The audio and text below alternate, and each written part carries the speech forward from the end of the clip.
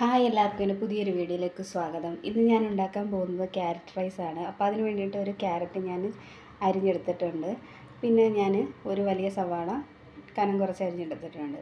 ആദ്യം തന്നെ ചട്ടി വെച്ച് അതിലേക്ക് നെയ്യും കുറച്ച് സൺഫ്ലവർ ഓയിൽ ഒഴിച്ചു കൊടുത്തിട്ടുണ്ട്. അതിനുശേഷം അതിലേക്ക് കടുക് ഇട്ട് കൊടുത്തതിന് ശേഷം ഒരു സ്പൂണ് ഉഴുന്ന് പരിപ്പ് കൂടി ഇട്ടിട്ടുണ്ട്. അതൊന്ന് മൂത്തതിന് ശേഷം ഞാൻ അതിലേക്ക് സവാള അരിഞ്ഞിട്ട് കൊടുത്തിട്ടുണ്ട്. ഇനി സവാള ഒന്ന് വഴറ്റിയെടുക്കാം.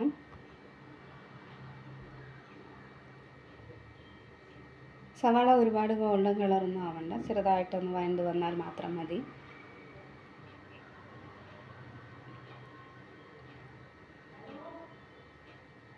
ഇപ്പോൾ ദേ സവാള കളറൊക്കെ ചെറുതായി മാറിയിട്ടുണ്ട്. ഇനി അതിലേക്ക് ഞാൻ ക്യാരറ്റ് ഇട്ട് കൊടുക്കുകയാണ്.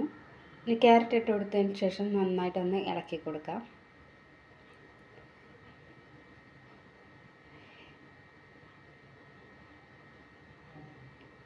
ഇനി നമുക്കിത് അടച്ച് വെച്ചിട്ട് ഒരു 5 മിനിറ്റ് വേവിച്ചെടുക്കാം. ഇപ്പോൾ ക്യാരറ്റൊക്കെ വെന്തിട്ടുണ്ട്. ഇനി ഇതിലേക്ക് ഞാനൊരു 1/4 ടീസ്പൂണ് മഞ്ഞൾപ്പൊടി കൂടി ഇട്ട് കൊടുക്കുന്നുണ്ട്.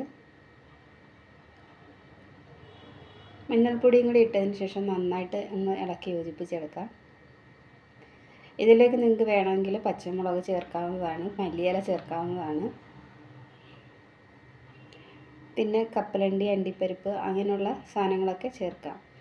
അപ്പോൾ ഞാൻ അതെല്ലാം ഒന്ന് മൂത്തതിന് ശേഷം ഞാൻ അതിലേക്ക് ചോറിട്ട് കൊടുത്തിട്ടുണ്ട്. ഇനി ഇത് നന്നായിട്ട് ഇളക്കി യോജിപ്പിച്ചെടുക്കാം. ഞാനിവിടെ 1 ഗ്ലാസ് അരിയാണ് എടുത്തിട്ടുള്ളത്. ഇനി ഇത് നന്നായിട്ട് മിക്സ് ചെയ്തെടുത്തിട്ടുണ്ട്. അപ്പോൾ ഇത്രയേ ഉള്ളൂ, നമ്മുടെ സിമ്പിളായിട്ടുള്ള ക്യാരറ്റ് റൈസാണ് റെഡി ആയിട്ടുണ്ട്. നമ്മുടെ കുട്ടികൾക്കൊക്കെ കൊടുക്കാനായിട്ട് വളരെ പെട്ടെന്ന് ഉണ്ടാക്കാൻ പറ്റുന്ന ഒരു റൈസാണ്. വീഡിയോ ഇഷ്ടമായാൽ ലൈക്ക് ചെയ്യുകയും ഷെയർ ചെയ്യുകയും കമൻറ്റ് ചെയ്യുകയും ചെയ്യണം. അപ്പോൾ പുതിയൊരു വീഡിയോ ആയിട്ട് വീണ്ടും കാണാം. അപ്പോൾ പുതുതായിട്ട് ആരെങ്കിലും കാണുന്ന കൂട്ടുകാരുണ്ടെങ്കിൽ ചാനലൊന്ന് സബ്സ്ക്രൈബ് ചെയ്ത് സപ്പോർട്ട് ചെയ്യണം. നിങ്ങളുടെ സപ്പോർട്ട് ഉണ്ടെങ്കിൽ മാത്രമേ മുന്നോട്ട് പോകാൻ കഴിയുള്ളൂ.